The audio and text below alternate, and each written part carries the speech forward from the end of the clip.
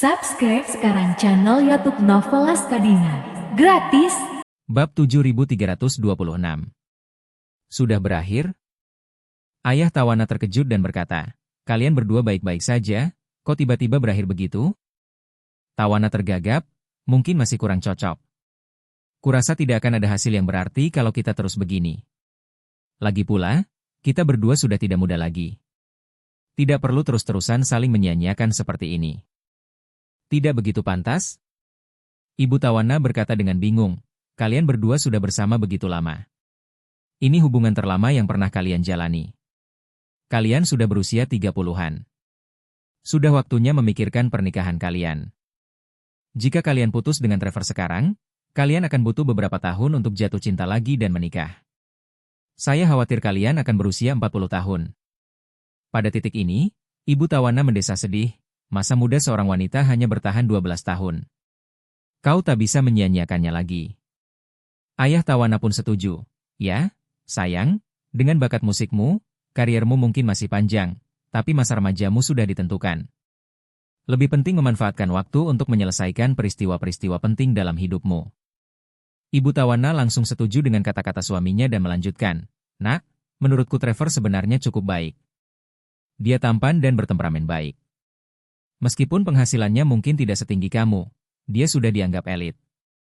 Kamu bisa mandiri secara finansial setelah menikah, jadi kamu tidak perlu khawatir dia akan menghambatmu." Tawana menggeleng kuat-kuat dan berkata, "Sudahlah. Aku sudah tidak punya perasaan lagi padanya. Terus-menerus membuang-buang waktu untuknya tidak baik untuk kita berdua."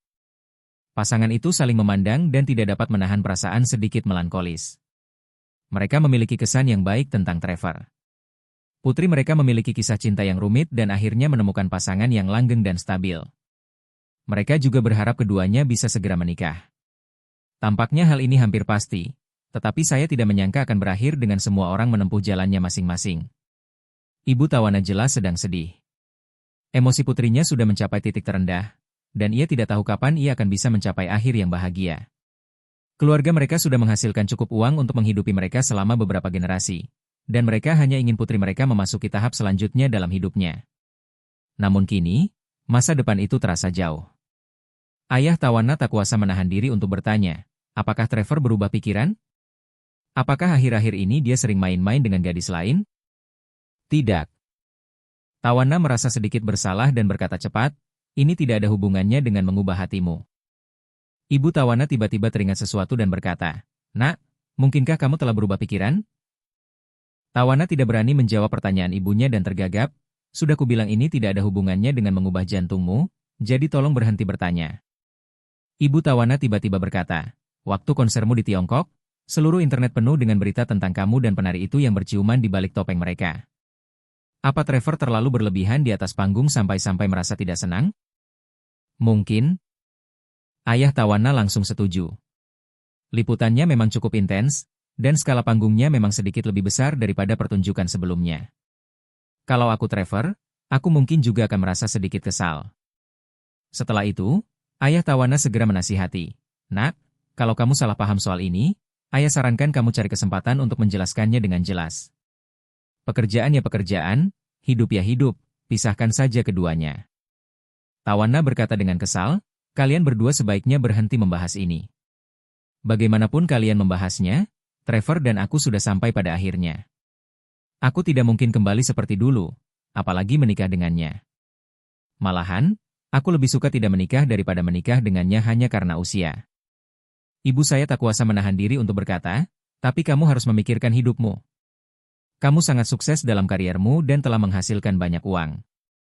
Hak cipta musikmu akan terus menghasilkan kekayaan untukmu di masa depan, tetapi kamu harus terus maju dalam hidupmu. Kalau tidak, apa yang akan terjadi dengan uang yang kamu hasilkan dan hak cipta musikmu? Siapa yang akan mewarisinya?" Tawana berseru, "Kalau aku ditakdirkan punya keturunan, keturunankulah yang akan mewarisinya. Kalau tidak, aku akan menyumbangkan semuanya setelah aku mati." Mata ibuku merah karena cemas. Bagaimana mungkin? Para selebritas yang meninggal sendirian itu sungguh menyedihkan. Beberapa dari mereka, di usia senja, dikelilingi oleh segala macam penipu. Semuanya mengincar warisan mereka. Berbagai lembaga mengerumuni mereka seperti lalat untuk mengambil uang mereka, seolah-olah mereka adalah setia terbaik di atas meja. Aku tak tahan melihatmu mengalami siksaan seperti itu di usia tuamu. Tawana berkata dengan serius, Bu, aku baru berusia 30-an. Aku tidak ingin memikirkan masalah-masalah yang ibu sebutkan. Lagi pula, aku percaya pada kemampuanku sendiri. Karena aku mampu membangun karirku sendiri di usia 20-an, aku pasti tidak akan dimanipulasi oleh orang-orang itu saat aku berusia 70-an atau 80-an. Ibu tidak perlu mengkhawatirkan hal-hal ini untukku. Setelah berkata demikian, Tawana berdiri dan bersiap pergi ke teras luar untuk menikmati angin laut dan menenangkan diri. Namun pada saat itu, ponselnya tiba-tiba menerima pesan WeChat. Saat dia melihat dorongan WeChat, dia sangat terkejut, dan kekesalannya sebelumnya lenyap seketika, karena dia tahu bahwa WeChat ini pasti dikirim oleh Charlie. Lingkaran kehidupan utama Tawana berada di Eropa dan Amerika Serikat. Orang Eropa dan Amerika memiliki perangkat lunas sosial dan perangkat lunas pesan instan sendiri, dan tidak banyak orang yang menggunakan WeChat setiap hari. Alasan utama Tawana mengunduh WeChat dan mendaftarkan akun adalah untuk menghubungi Charlie. Ia juga menambahkan beberapa teman Huasia di WeChat, tetapi mereka pada dasarnya adalah rekan kerja yang pernah ia hubungi. Setelah 20 konser Huasia berakhir, ia mengatur semua rekan tersebut untuk mengaktifkan pesan, jangan ganggu. Hanya satu orang yang mengaktifkan notifikasi pesan, dan orang itu adalah Charlie. Oleh karena itu, selama ada pesan push di WeChat, pesan tersebut pasti dikirim oleh Charlie. Transformasi Tawana yang nyata dan ekspresi gembiranya membuat orang tuanya menyadari ada sesuatu yang salah. Saat itu, Tawana segera mengambil ponselnya, membuka WeChat dengan saksama, dan melihat pesan dari Charlie yang berbunyi, Nona Sweet tinggal di villa mana? Saya akan meninggalkan pulau ini hari ini dan ingin bertemu dengan Anda. Tawana begitu gembira hingga ia cepat-cepat menjawab dengan ujung jarinya, saya tinggal di villa 1, tapi saat ini saya di villa 2 tempat orang tua saya tinggal.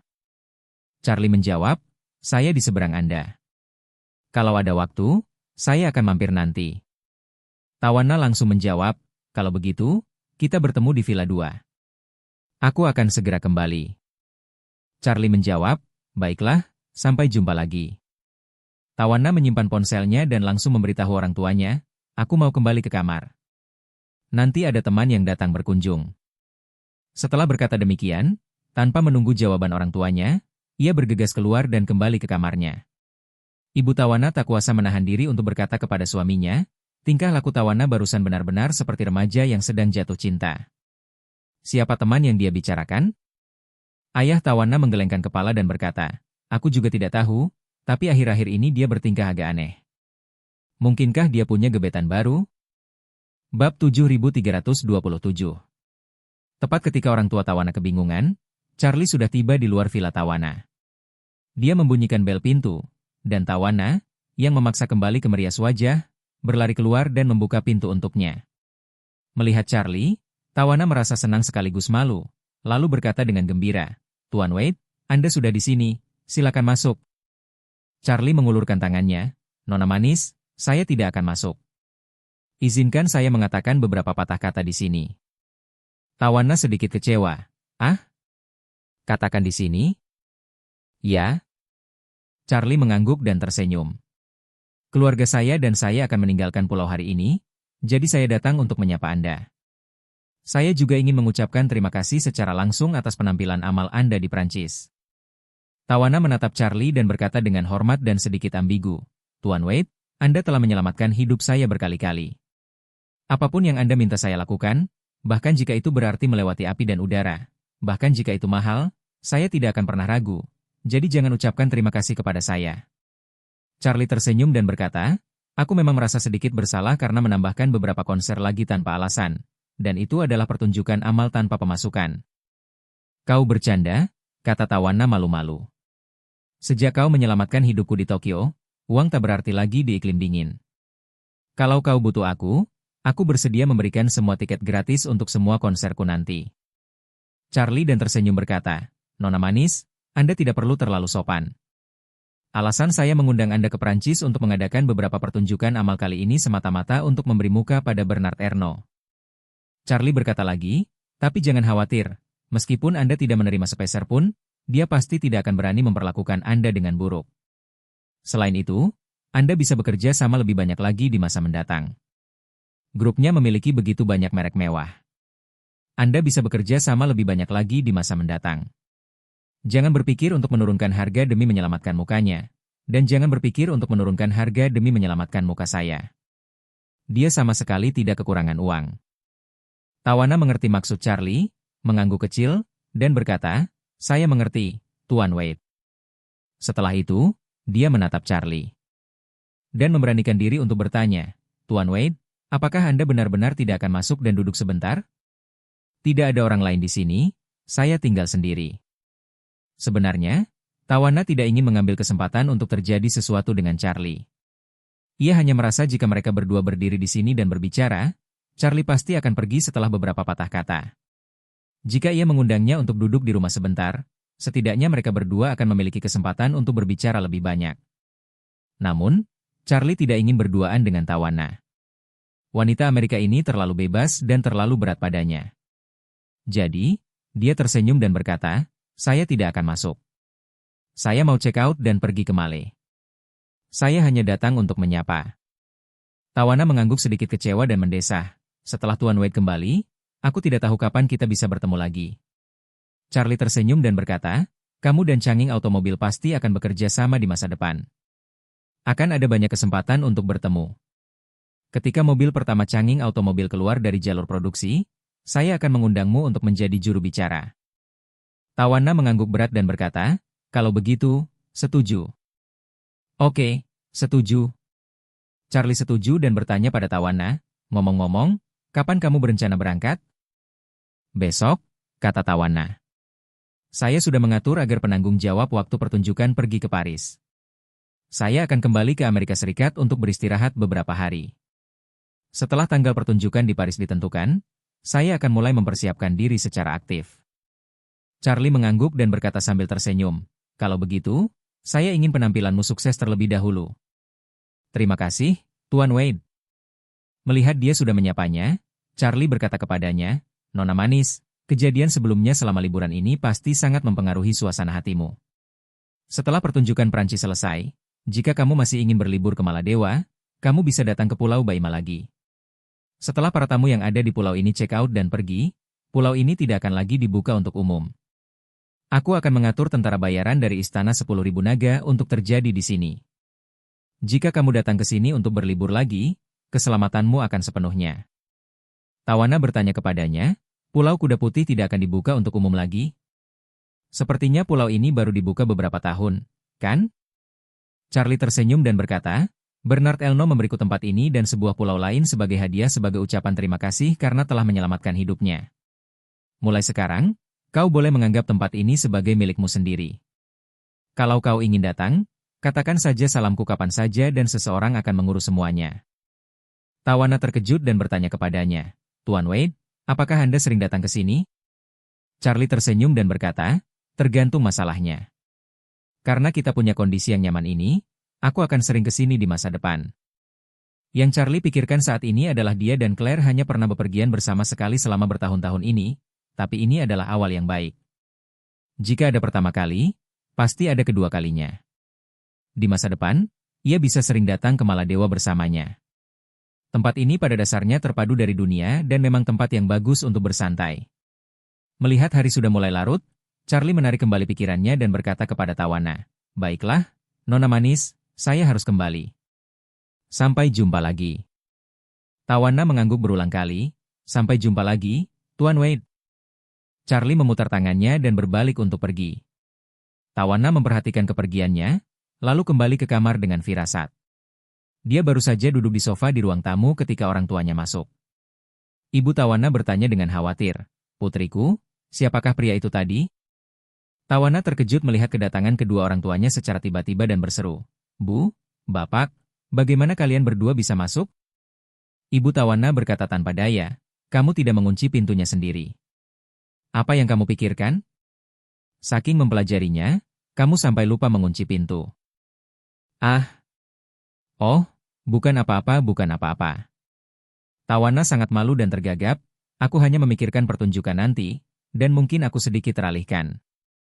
Ibu Tawana bertanya kepadanya, "Nak, kamu belum memberitahu kami siapa pria itu." Tawana sesak dalam hatinya, "Siapakah pria itu?" "Dialah cinta dalam kehidupan." Tapi bagaimana mungkin dia bisa berkata begitu? Maka dia menjelaskan kepada orang tuanya, dia Tuan Wade, anggota staf Partai A yang pernah bekerja sama denganku saat aku mengadakan konser di Cina. Ibu Tawana menyadari putrinya mengelak dan bingung saat menjawab pertanyaan tentang pria itu. Sehingga ia langsung bertanya, apakah kamu sudah membuat janji di dekatnya untuk datang ke sini bersama? Tidak, itu hanya kebetulan, Tawana menjelaskan dengan cepat. Aku tidak menyangka dia ada di pulau ini. Ayah Tawana datang dan bertanya, sayang, ceritakan pada kami. Apa hubunganmu dengan pria Asia itu? Apakah dia alasanmu memutuskan dengan Trevor? Tawana mengerutkan bibirnya dan berkata, hubunganku di dekatnya adalah urusan pribadiku, jadi jangan tanya aku. Soal apakah aku putus dengan Trevor karena dia, itu tidak penting. Yang penting aku tidak lagi punya perasaan seperti itu pada Trevor. Ibu Tawana berkata tanpa daya, sayang, jangan lupa bahwa kamu anakku. Ada beberapa hal yang tidak bisa kamu sembunyikan dariku. Katakan yang sebenarnya, apakah kamu punya perasaan terhadap pria Asia itu? Atau, apakah kalian berdua sudah membuat kemajuan yang nyata? Tawana segera menjelaskan, Bu, jangan asal menebak. Tuan Wade dan saya tidak bersalah, dan Tuan Wade sudah menikah. Beliau datang ke Pulau Kuda Putih kali ini bersama istrinya. Pria itu datang bersama istrinya? Ibu Tawana menghela nafas lega dan segera memperingatkannya. Kalau kau akan memutuskan hubunganmu dengan Trevor di depan umum, maka selama 6 bulan ke depan, jangan terlibat skandal dengan siapapun, atau itu akan mempengaruhi reputasimu. Tawana berkata dengan acuh tak acuh, aku tahu, kamu tidak perlu khawatir tentangku. Ketika Charlie dan keluarganya mengakhiri perjalanan singkat mereka ke Pulau Baima dan terbang kembali ke Auro's Hill, Bernard Elno telah mendarat di New York. Perserikatan Bangsa-Bangsa sangat mementingkan kedatangannya, dan Wakil Sekretaris Jenderal serta Kepala Kantor Kontraterorisme secara pribadi pergi ke bandara untuk menyambutnya. Sama seperti perlakuan yang diterimanya sekembalinya ke Prancis, wartawan dari semua lapisan masyarakat berbondong-bondong ke tempat kejadian untuk meliput titik-titik panas. Begitu Bernard Arnault turun dari pesawat, ia dikerumuni wartawan yang mengajukan berbagai pertanyaan kepadanya. Pertanyaan yang paling umum adalah berapa banyak uang yang akan ia sumbangkan ke kantor kontraterorisme Perserikatan Bangsa-Bangsa kali ini. Bernard Arnault berkata terus terang, hadirin sekalian, waktunya terbatas, jadi saya tidak akan menjawab semua pertanyaan Anda di sini. Saya akan menjelaskan secara singkat beberapa kekhawatiran Anda. Pertama, saya di sini untuk menyumbangkan $200 juta kepada kantor kontraterorisme Perserikatan Bangsa-Bangsa untuk memajukan upaya kontraterorisme PBB di seluruh dunia. Semua wartawan di tempat kejadian terkejut. Saat ini, banyak orang kaya menyumbangkan uang, dan bahkan lebih banyak lagi yang membangun yayasan amal. Namun sedikit orang yang menyumbangkan sejumlah besar uang tunai secara langsung ke organisasi-organisasi berwenang seperti Perserikatan Bangsa-Bangsa. Alasannya tidak lebih dari beberapa aturan tak tertulis dalam industri. Banyak donasi orang kaya yang tidak benar-benar disumbangkan. Sebaliknya, mereka mengambil uang dari kantong mereka sendiri dan memasukkannya ke kantong lain yang sepenuhnya berada di bawah kendali mereka. Mereka umumnya suka menyumbangkan uang ke yayasan mereka sendiri. Uang ini mungkin tidak benar-benar digunakan untuk amal di yayasan tersebut. Seringkali, itu hanyalah amanah yang mereka tinggalkan untuk diri mereka sendiri dan keturunan mereka. Menyiapkan dana atas nama amal tidak hanya dapat memperoleh reputasi yang baik, tetapi yang lebih penting, juga menyediakan saluran penghindaran pajak yang sangat baik untuk dana Anda. Oleh karena itu, mereka sangat bersedia menyumbangkan uang ke yayasan mereka sendiri, seringkali ratusan juta, miliaran atau bahkan puluhan miliar dolar AS. Namun, donasi ke organisasi seperti Perserikatan Bangsa-Bangsa itu berbeda. Ini bukan sekedar transfer dari satu tangan ke tangan yang lain, melainkan donasi langsung berupa uang asli. Jadi, ketika para wartawan mendengar Bernard Arnault akan menyumbangkan $200 juta AS kepada Perserikatan Bangsa-Bangsa, semua orang terkejut. Setelah $200 juta AS ini disumbangkan, dana tersebut pasti tidak akan ditarik kembali. Tampaknya Bernard Arnault benar-benar ingin memperjuangkan gerakan anti-terorisme global. Pada saat itu, Bernard Arnault tiba-tiba teringat sesuatu dan segera sinkronisasi tangannya sambil tersenyum dan berkata, tidak, saya perlu mengoreksi Anda. $200 juta AS itu digunakan untuk mendukung upaya anti-terorisme Perserikatan Bangsa-Bangsa di seluruh dunia, kecuali Amerika Serikat. Bab 7328. Begitu Bernard Arnault selesai berbicara, ekspresi para wartawan di sekitarnya menjadi terkejut dan rumit. Beberapa wartawan dari media non-Amerika, ketika mereka mendengar bahwa Bernard Arnault menyumbangkan uang tetapi mewajibkan Amerika, memiliki mentalitas untuk menonton acara tersebut. Ketika wartawan media lokal Amerika mendengar hal ini, ekspresi mereka langsung menjadi sedikit jelek, dan mereka merasa bahwa negara mereka diperlakukan berbeda. Faktanya, bagi Amerika Serikat, 200 juta dolar AS jauh dari cukup untuk menutupi biaya perjalanan untuk operasi antiterorisme nominal mereka, apalagi upaya antiterorisme, jadi mereka tidak membutuhkan kontribusi Bernard Arnold sama sekali. Namun, bagi jurnalis Amerika, kami bisa hidup tanpa uang, tetapi Anda tidak bisa mendiskriminasi kami. Seorang reporter Amerika langsung bertanya dengan nada kesal, "Tuan Elno, saya ingin tahu mengapa Anda memilih Amerika Serikat untuk penggunaan donasi ini. Saya percaya bahwa Amerika Serikat selalu menjadi model global untuk kontraterorisme dan pemimpin dalam operasi kontraterorisme. Tidak ada yang lebih memahami kontraterorisme daripada Amerika Serikat. Bukankah tidak pantas bagi Anda untuk memperlakukan kami dengan cara yang berbeda dalam hal ini?" Bernard Elno mengungkapkan kepada wartawan itu dengan heran dan bercanda, "Nada dan cara bicaramu mengingatkanku pada seorang teman lama, tapi aku tidak akan menyebut namanya di sini." Para wartawan di sekitar yang mengerti apa yang dikatakan tertawa bahak. Bernard Elno tersenyum dan melanjutkan, "Saya masih harus menjawab pertanyaan Anda secara langsung. Mengapa Amerika Serikat harus terancam dari 200 juta dolar? Itu karena hingga saat ini, Blackwater dan pemerintah AS belum memberikan jawaban yang memuaskan atas serangan teroris di Pulau Whitehorse." Bernard Elno berkata, "Mereka hanya asal mencari kambing hitam dan ingin menyelesaikan masalah ini.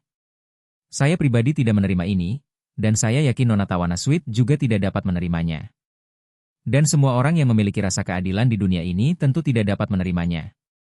Pada titik ini, Bernard Elno bersinar dingin, wajahnya yang penuh kebenaran hampir meluap dari layar.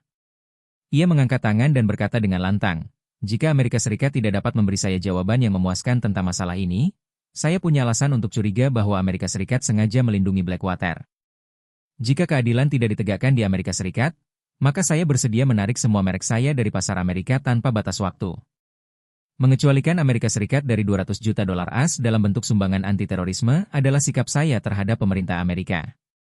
Para wartawan di sekitarnya tidak menyangka bahwa lelaki tua yang selama ini selalu berorientasi pada keuntungan, bahkan menciptakan dan mempromosikan sistem distribusi demi meraup keuntungan besar, ternyata begitu menjunjung tinggi rasa keadilan saat ini. Para wartawan Amerika saling berpandangan dengan bingung. Dalam situasi seperti itu, tidak realistis meminta mereka untuk terus berjuang. Bernard Elno sudah berada di posisi moral yang tinggi. Insiden sebelumnya di Pulau Whitehorse menjadi sensasi dan diketahui semua orang. Amerika memang salah dalam hal ini.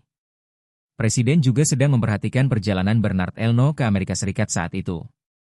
Yang paling ia pedulikan adalah opini publik, jadi ia sangat khawatir Bernard Elno akan berbicara kosong di mana-mana. Dan Bernard Elno tidak mengecewakannya. Begitu turun dari pesawat, ia mulai berbicara kosong dengan kecepatan penuh. Yang lebih parah lagi, Pak Tua Deng ini berani-beraninya mengolok-olok saya dengan cara halus. Ini tidak bisa ditoleransi. Wajahnya memucat saat ia langsung bergelombang stafnya. "Cepat, beritahu semua media besar untuk segera menulis artikel yang bertujuan untuk menjelek-jelekan Bernard Elno. Gali semua keluhan lamanya dan publikasikan. Lalu, cap dia sebagai seseorang yang datang ke Amerika Serikat hanya untuk sensasi dan tidak punya minat yang tulus untuk memerangi terorisme." Staf itu segera berkata, "Panglima tertinggi, orang ini sangat tidak bermoral, tidak sesuai dengan kodrat seorang pengusaha. Saya selalu merasa ada yang mencurigakan. Lagi pula, dia memiliki posisi yang lebih unggul dalam masalah ini dan sudah berada di posisi moral yang tinggi." Staf Presiden serius berkata, "Jika kita melancarkan perang opini publik terhadapnya, kita mungkin akan merugikan diri kita sendiri. Menurut saya, kita salah dalam masalah ini, jadi kita harus berusaha untuk tidak menonjolkan diri. Jika semua cara gagal, kita dapat menjatuhkan hukuman yang sesuai kepada Blackwater untuk meredakan kemarahan publik." Presiden berkata dengan marah, "Saya tidak ingin berdebat dengannya, tapi orang ini benar-benar keterlaluan. Dia menyumbangkan 200 juta dolar AS untuk mempromosikan dirinya, dan saya bisa tinggal. Selama uang adalah uang, saya tentu akan menyambutnya dengan tangan terbuka. Tapi kenapa dia mendukung Amerika? Bukankah ini tuduhan yang terang-terangan dan memegang yang direncanakan di wajah saya?" Ia teringat sejenak, lalu menambahkan, "Saya tidak bermaksud melindungi Blackwater. Hanya saja, sifat Blackwater terlalu unik. Hampir semua anggotanya adalah pendukung kita. Kita punya begitu banyak pekerjaan kotor di seluruh dunia yang membutuhkan mereka, dan hanya mereka yang bisa melakukannya. Jika kita tidak membantu Blackwater sekarang, setelah reputasi mereka benar-benar tercoreng, kita tidak akan bisa lagi meminta mereka melakukan pekerjaan kotor kita, dan masyarakat akan sangat memusuhi mereka. Jadi, apapun yang terjadi, kita harus membantu Blackwater sekarang. Pada titik ini, dia mengomel dengan kesal dan berkata, jika Bernard Arnault tidak terus-menerus mengomunikasikan pada hal ini, pengaruh masalah ini pasti sudah menurun sekarang. Kepala ajudannya pun tampak tak berdaya dan berkata, saya sungguh tidak menyangka Bernard Arnault berani melawan kita secara terbuka. Panglima tertinggi berkata dengan tegas, jadi, jangan ragu. Lakukan saja apa yang kukatakan. Mari kita lawan dia langsung melalui opini publik.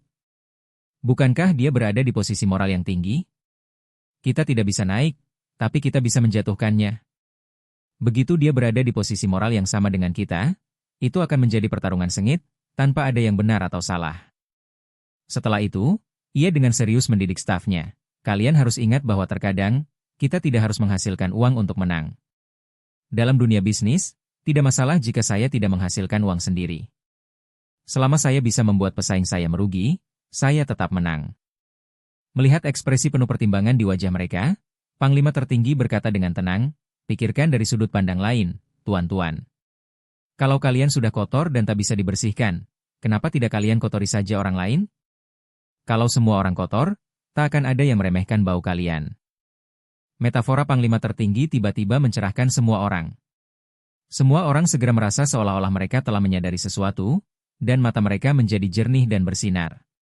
Sebelumnya, mereka khawatir Bernard Arnault akan melawan mereka sampai akhir. Kini, mereka menyadari bahwa komandan benar. Setelah semuanya begini, apa yang perlu dijelaskan? Insiden Pulau Kuda Putih telah membuat mereka terpuruk, dan jika mereka tidak bisa memperbaiki diri, sekalian saja mereka menyerah dan mendiskreditkan Bernard Arnault. Begitu ia terdiskreditkan, publik tentu akan berbalik melawannya. Maka, ajudan paling senior yang melihat sekeliling itu berkata tanpa ragu, Presiden, saya akan menghubungi media sekarang juga dan mencari tahu semua informasi buruk tentang Bernard Arnault. Kebetulan saja dia begitu kasar kepada Amerika hari ini, dan dia sudah menyentuh media Amerika. Mereka punya alasan yang sah untuk mengkonfrontasinya. Mari kita manfaatkan kesempatan ini untuk mendiskreditkannya. Panglima Besar mengangguk sedikit, tampak mau diajar. Ia tersenyum dan berkata, sebagai Panglima Besar, saya mungkin tidak memiliki pengalaman sebanyak para politisi profesional itu, tetapi dalam hal bisnis, semua Panglima Besar di masa lalu mungkin bukan tandingan saya. Bernard Arnault adalah seorang pengusaha, jadi mari kita bersaing dengannya sama seperti kita bersaing di dunia bisnis. Bab 7329. Ketika Bernard Arnault menyelesaikan wawancara di bandara dan langsung menuju markas besar PBB ditemani oleh pejabat PBB, semua media massa utama Amerika menerima instruksi dari Washington. Instruksinya sederhana, mendiskreditkan Bernard Arnault sebanyak mungkin, semakin gelap semakin baik. Meskipun media Amerika mengklaim memiliki kebebasan pers di permukaan, mereka sebenarnya dikendalikan oleh sekelompok taipan keuangan di balik layar. Para taipan ini aktif di Silicon Valley dan Wall Street dan pada dasarnya berorientasi pada keuntungan. Mereka sering mengarang berita palsu dan memutarbalikkan fakta demi keuntungan dan untuk menyenangkan Washington. Bahkan ketika Presiden tidak menjabat, beliau dengan marah mengecam media-media ini sebagai berita palsu ketika beliau menyebutkannya. Namun, bagi Presiden, media-media ini seperti toilet. Ketika ia tidak bisa menggunakan toilet sendiri, ia mengeluh tentang bau, aroma tak sedap, dan kekotorannya. Tetapi ketika ia bisa menggunakannya sendiri, ia duduk di atasnya, buang air besar dan buang air kecil setiap hari, dan ia sangat bahagia. Media-media ini kini tak berani melawan Presiden. Lagi pula, Bernard Arnault benar-benar tak mau mengakui kesalahannya di hadapan media-media domestik ini, sehingga semua orang ingin berurusan dengannya. Kebetulan Presiden telah memberikan perintah, yang setara dengan balas dendam atas perintah, dan semua orang tentu saja sangat senang. Jadi, setiap orang mulai menggunakan keterampilan mereka sendiri untuk menggali beberapa informasi negatif tentang Bernard Arnault. Terkait informasi negatif, Bernard Arnault sebenarnya punya banyak. Misalnya, ketika mengakuisisi merek Dior, perusahaan tersebut menipu pemerintah Prancis. Sebelum akuisisi, perusahaan tersebut berjanji akan mempertahankan pekerja dan lapangan kerja, tetapi setelah akuisisi, perusahaan tersebut justru memecat ribuan orang dari perusahaan, mengabaikan karyawannya, bahkan memanipulasi pasar saham dan dicurigai melakukan pencucian uang. Ketika mengakuisisi LV, Perusahaan tersebut melakukan banyak operasi gelap ilegal dan mencapai akuisisi ilegal. Namun Bernard Arnault tidak pernah peduli tentang itu. Dia tipikal pragmatis yang hanya peduli pada hasil. Dia melakukan segalanya untuk mencapai tujuannya dan tidak memiliki batasan untuk tujuan tersebut. Akibatnya, para praktisi media Amerika segera mulai menggunakan segala bakatnya untuk mengungkap semua persaingan bisnis Bernard Arnault yang tidak benar dan bahkan ilegal di masa lalu, dan kemudian berlomba-lomba untuk memberitakannya. Selama beberapa waktu, berita utama muncul satu demi satu. Misalnya, orang terkaya paling kotor di dunia, apa yang tidak Anda ketahui tentang Bernard Arnault, mantan orang terkaya di dunia, bajingan tak tahu malu yang mencapai puncak dengan perampokan dan pencurian, dan serigala berbulu domba. Setelah Bernard Arnault tiba di Perserikatan Bangsa-Bangsa, ia sedang mempersiapkan upacara penyerahan sumbangan di ruang tunggu ketika asistennya berkata dengan ekspresi frustrasi di wajahnya, "Bos, media Amerika memfitnah Anda seperti orang gila." Bernard Arnault bahkan tidak mengangkat kelopak matanya dan mendengus dingin. "Memfitnahku? Itu tidak lebih dari insiden waktu itu. Itu sudah diketahui secara internasional. Tidak masalah. Biarkan mereka menghapusnya." Asisten itu berkata dengan gugup, tapi liputan mereka agak terlalu intens saat ini. Hampir semua media di Amerika Serikat meliput ini. Liputannya cukup intens. "Jangan takut." Bernard Arnault mencibir. "Biarkan mereka berpesta sepuasnya. Siapa di antara mereka yang mencapai puncak orang terkaya di dunia yang memulai dengan bersih dan jujur?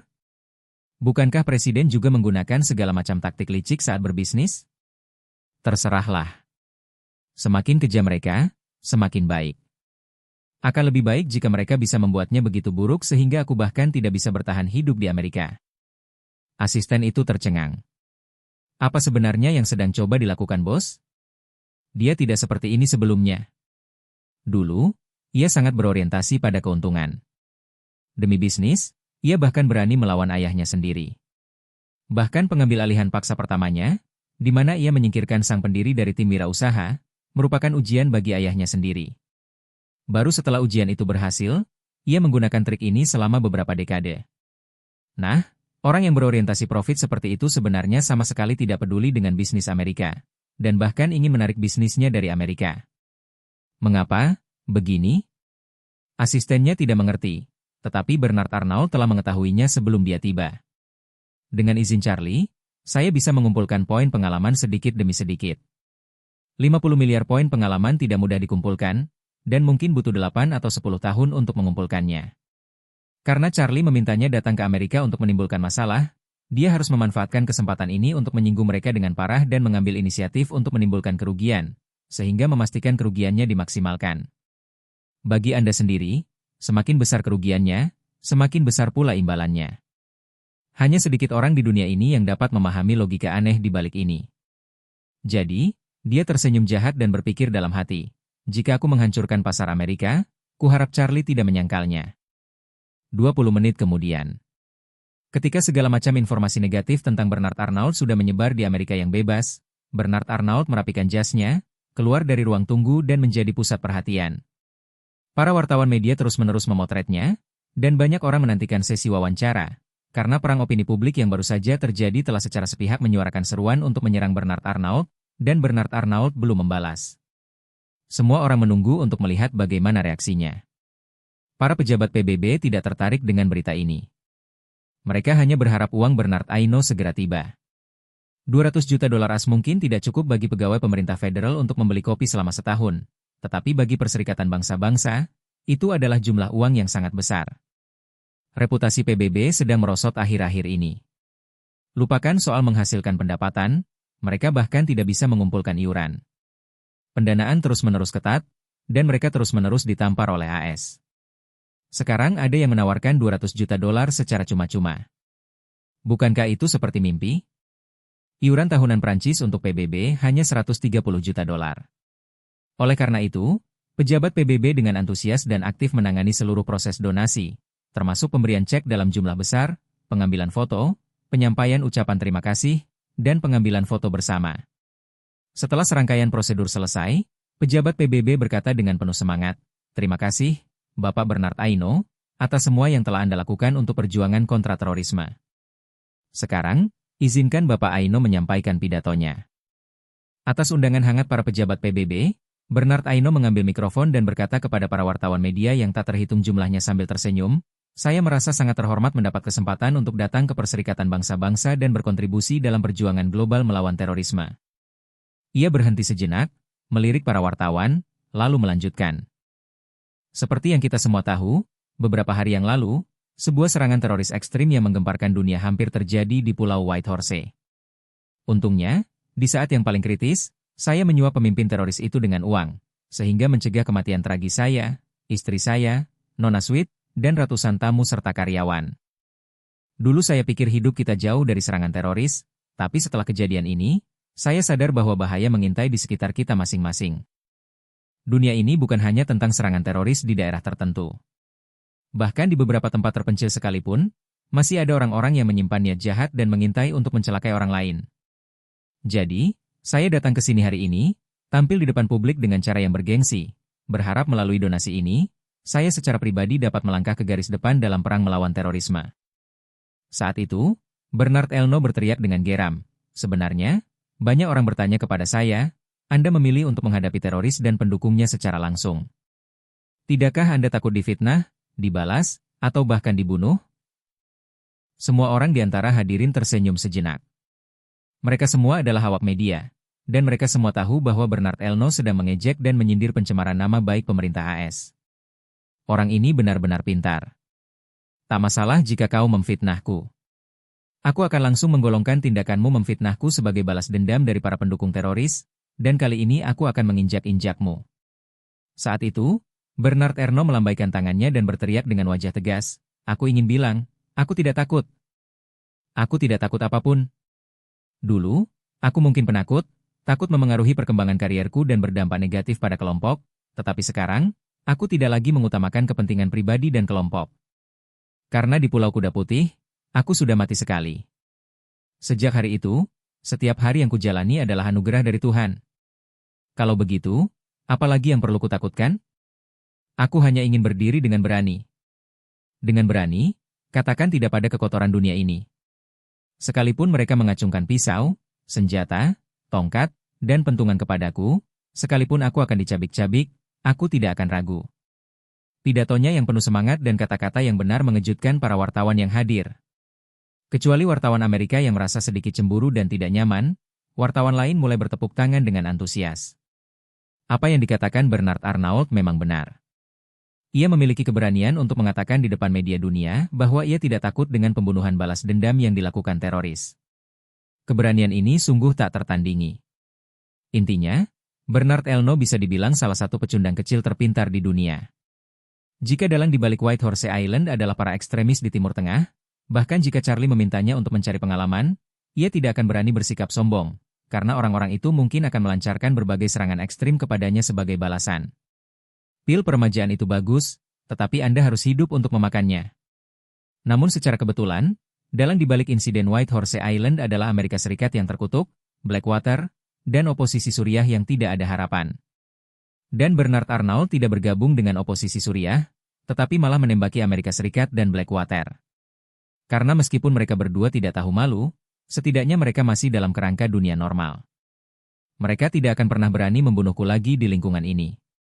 Satu-satunya yang bisa mereka lakukan adalah menghancurkan bisnisku. Bukankah ini akan membantuku mendapatkan pengalaman? Jadi Bernard Arnault dapat bertindak tanpa hukuman dan memperlakukan Amerika dan Blackwater sebagai buah kesemek lunak yang dapat dieksploitasi. Tepuk tangan dari penonton berlangsung setidaknya 2 atau 3 menit. Setelah tepuk tangan akhirnya mereda, Bernard Elno menghadap kamera dengan ekspresi tegas dan berkata, "Baru saja, sebelum saya naik panggung, saya mendengar sesuatu. Media Amerika sepertinya sedang menggali beberapa pengalaman masa lalu saya dan membesar-besarkannya. Saya tidak ingin menjelaskan apapun di sini. Lagi pula, para pebisnis cenderung memiliki metode operasional yang tidak konvensional, dan tidak ada yang kebal terhadapnya." Setelah itu, ia mencibir. Namun, mengingat kampanye fitnah yang terencana dan disengaja oleh media Amerika saat ini, saya benar-benar kehilangan kepercayaan terhadap lingkungan pasar Amerika. Oleh karena itu, saya nyatakan bahwa semua toko merek grup saya di Amerika Serikat akan resmi berhenti beroperasi setelah tengah malam nanti. Jika pemerintah Amerika dan media Amerika ingin saya memilih antara diam atau keluar, maka saya memilih untuk keluar. Bab 7330. Siapapun yang bermata jeli tahu bahwa alasan media Amerika tiba-tiba mulai mengungkap informasi negatif masa lalu Bernard Arnault adalah karena Bernard Arnault menolak berbicara tentang insiden Pulau White Horse. Meskipun semua orang memahami tipu muslihatnya, ketika informasi negatif Bernard Arnault terungkap, banyak orang menjadi kurang lebih tidak puas dengannya, atau kekaguman mereka padanya tidak lagi sekuat sebelumnya. Faktanya, tindakan Panglima tertinggi itu merupakan konspirasi terbuka. Semua orang tahu akulah yang mengungkap materi negatifnya, tapi ya sudahlah. Selama materi negatifnya terungkap, sikap orang-orang terhadapnya pasti akan berubah. Akan tetapi, tidak seorang pun menduga bahwa Bernard Arnault akan bersikap begitu keras hingga ia tega menutup ribuan toko di seluruh Amerika Serikat dengan puluhan mereknya tanpa kesepakatan apapun. Perlu diketahui bahwa pasar Amerika memiliki penjualan puluhan miliar dolar dan laba bersih miliaran dolar setiap tahunnya. Menolak saja sudah sangat kejam. Presiden yang menyaksikan siaran langsung di kantor juga tercengang. Dia telah mengikuti siaran langsung konferensi pers. Awalnya dia ingin menunggu para wartawan bertanya, melihat para wartawan itu bertanya tentang materi hitam Bernard Arnault, lalu melihat bagaimana Pak Tua Deng akan menanggapinya. Toko secara alami akan tutup sepagi ini, tetapi mereka akan membuka pintu dan beroperasi seperti biasa keesokan paginya. Saya ingin bertanya, setelah toko-toko Anda di seluruh Amerika Serikat tutup sepagi ini, kapan mereka akan kembali beroperasi? Bernard Arnault berkata dengan tenang, tidak ada batas waktu, tapi yang pasti tidak boleh terlalu pendek. Saya tahu Anda khawatir saya melebih-lebihkan untuk menarik perhatian, tapi saya bisa menjanjikan satu hal, batas waktu penutupan minimum untuk semua toko di AS adalah 3 tahun, tanpa batas waktu atas. Sialan. Kau benar-benar binatang buas. Pemimpin di depan TV melempar coke yang setengah habis ke tanah. Ia sangat marah dan merasa sangat tidak berdaya. Saya Presiden Amerika Serikat. Yang bisa saya jamin adalah semua orang di Amerika Serikat atau mereka yang ingin tinggal dan menghasilkan uang di Amerika Serikat harus melihat wajah saya. Mereka harus melakukan apapun yang saya perintahkan. Kalau tidak, saya punya banyak cara untuk menghadapi mereka. Tetapi jika pihak lain tidak ingin tinggal di Amerika Serikat, atau tidak ingin menghasilkan uang di Amerika Serikat, maka pengaruh saya terhadap mereka hampir nol. Jika Anda pergi ke negara-negara terbelakang tersebut dan bertanya kepada petani lokal dan kelas bawah, mereka bahkan tidak tahu nama Presiden Amerika Serikat. Setelah Bernard Arnault meninggalkan pasar Amerika, hubungannya dengan Presiden akan sama seperti hubungan dengan petani kelas bawah di negara-negara terbelakang tersebut. Meskipun identitas dan status setiap orang sangat berbeda, pada akhirnya, tidak ada yang bisa berbuat apapun kepada siapapun. Selain itu, Bernard Arnault mengumumkan secara terbuka bahwa semua toko di Amerika Serikat akan ditutup setidaknya selama 3 tahun, dan ia kemungkinan akan kehilangan laba bersih sebesar 10 miliar dolar. Demi memangkas biaya, ia pasti harus memberhentikan puluhan ribu karyawan di Amerika Serikat. Pada saat itu, puluhan ribu karyawan beserta keluarga mereka akan menjadi lawannya, dan seluruh opini publik pasti akan mendukung Bernard Arnault. Panglima tertinggi itu sangat marah dan ingin menampar keras wajah orang tua itu. Saat itu, seorang reporter CNN di lokasi kejadian bertanya kepada Bernard Arnault dengan wajah cemberut, "Tuan Arnault, jika Anda benar-benar menutup semua toko Anda di seluruh Amerika Serikat, apakah itu berarti perusahaan Anda akan memberhentikan puluhan ribu karyawan Amerika? Apakah menurut Anda ini adil bagi para karyawan dan keluarga mereka?" Bernard Arnault mencibir dalam hati, "PHK? Jangan konyol. Mana mungkin aku memberhentikan karyawan? Puluhan ribu karyawan Amerika ini cuma akal-akalanku untuk menambah pengalaman. Walaupun jumlah per orang tidak seberapa, kalau dijumlahkan, bukankah itu angka astronomi? Pasti minimal 1 miliar dolar. Berbisnis itu seperti berlayar melawan arus, kalau tidak maju, kita akan tertinggal. Kalau aku tutup semua toko di sini, aku tidak hanya akan kehilangan puluhan miliar dolar penjualan tahunan dan miliaran dolar laba bersih, aku juga harus menanggung biaya sewa tambahan untuk ribuan toko ini dan gaji serta tunjangan puluhan ribu karyawan. Mana mungkin aku melewatkan kesempatan ini?" Ia kemudian melambaikan tangannya dan berkata dengan murah hati, "Menutup toko-toko ini adalah protes pribadi saya terhadap tindakan pemerintah AS yang melindungi Blackwater. Bagaimana mungkin saya membiarkan puluhan ribu karyawan di seluruh AS terdampak oleh keputusan pribadi saya? Jadi, saya ingin menyampaikan satu pengumuman kepada seluruh karyawan Amerika saya. Selama 3 tahun penutupan toko ke depan, gaji semua orang akan tetap dibayarkan seperti biasa." Astaga! Washington dan kelompoknya menerobos pertahanan secara langsung. Ini benar-benar mengerikan. Bahkan dewa pun tidak bisa mengalahkan musuh seperti ini. Para wartawan di tempat kejadian juga tercengang. Mereka telah bekerja di industri berita selama bertahun-tahun dan telah melihat berbagai hal aneh, tetapi mereka belum pernah melihat yang seperti ini. Karena temperamen pribadi seorang bos, pasar yang bernilai miliaran dolar setahun ditutup. Itu akan baik-baik saja. Kuncinya adalah tidak ada karyawan yang akan diberhentikan dan gaji mereka akan terus dibayarkan.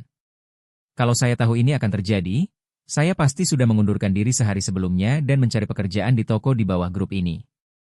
Bukankah saya bisa duduk santai dan menerima gaji selama 3 tahun? Saat itu, seluruh karyawan toko-toko Amerika di bawah naungan Bernard Elno Group sedang merayakan dengan meriah. Kebahagiaan datang begitu tiba-tiba. Sungguh hal luar biasa yang tak pernah berani mereka impikan. Seberapa luar biasakah itu? Bahkan jika Anda pergi ke gereja, Anda tak akan malu untuk memanjatkan doa seperti itu kepada Tuhan. Namun kini, Bernard Elno telah membantu mereka mencapainya. Ketika Bernard Elno mengatakan ini, dia merasa sedikit sedih. Sebagai seorang kapitalis, yang paling menyakitkan baginya bukanlah karena ia kehilangan uang, karena di matanya, kehilangan uang berarti menghasilkan uang, karena ia mendapatkan poin pengalaman dari Charlie dengan kehilangan uang. Yang benar-benar merasakan dampaknya adalah para karyawannya. Terlalu murah bagi mereka untuk mendapatkan gaji 3 tahun tanpa harus bekerja. Hakikat seorang kapitalis adalah mengeksploitasi nilai lebih dari para pekerjanya. Namun jika ia tidak dapat mengeksploitasi para pekerja yang dibelinya dengan uang, maka ia akan merasa menderita kerugian yang besar. Namun, bagaimanapun juga, ia adalah seorang kapitalis veteran yang lahir di negara kapitalis yang mapan. Ia segera menemukan solusi dan berkata sambil tersenyum, "Tentu saja, saya ingin menegaskan di sini bahwa ketika saya mengatakan toko tutup, saya tidak bermaksud mengusir semua karyawan atau menutup pintu. Sebaliknya, saya ingin karyawan saya tetap bekerja di toko saya, dan toko saya akan tetap buka untuk semua pelanggan Amerika. Namun, semua toko Amerika tidak akan lagi memiliki atribut penjualan. Saya hanya menggunakannya sebagai ruang pamer untuk memamerkan produk dan filosofi merek kami kepada masyarakat Amerika." Begitu kata-kata itu diucapkan, kegembiraan para karyawan tiba-tiba berakhir. Tetapi hal itu tidak mempengaruhi kekaguman masyarakat terhadap Bernard Arnault. Bagi Bernard Arnault, menutup pasar Amerika dan terus membayar gaji karyawan serta sewa toko di ribuan toko akan membuat laporan keuangan pasar AS Group sangat buruk, dan kerugiannya pasti akan sangat besar. Dengan cara ini, ia dapat mengumpulkan poin pengalaman bersama Charlie semaksimal mungkin. Namun, ribuan toko yang hanya dibuka untuk pajangan dan tidak melakukan penjualan, meskipun tidak dapat memberikan kontribusi terhadap pendapatan, dapat memberikan publisitas yang cukup untuk merek tersebut. Akibatnya, jika orang di seluruh Amerika Serikat ingin membeli barang mewah merek mereka sendiri, mereka hanya dapat memilih untuk membelinya di luar negeri atau membelinya melalui agen pembelian luar negeri atau daring. Nantinya, pendapatan dari pesanan Amerika ini akan dihitung dalam kinerja penjualan grup di negara lain. Anda tidak hanya akan menghasilkan uang, tetapi juga tidak akan memengaruhi kerugian yang berkelanjutan di pasar Amerika. Artinya, Anda dapat memperoleh poin pengalaman dan terus menghasilkan uang dengan cara yang berbeda. Ini sungguh solusi yang paling tepat.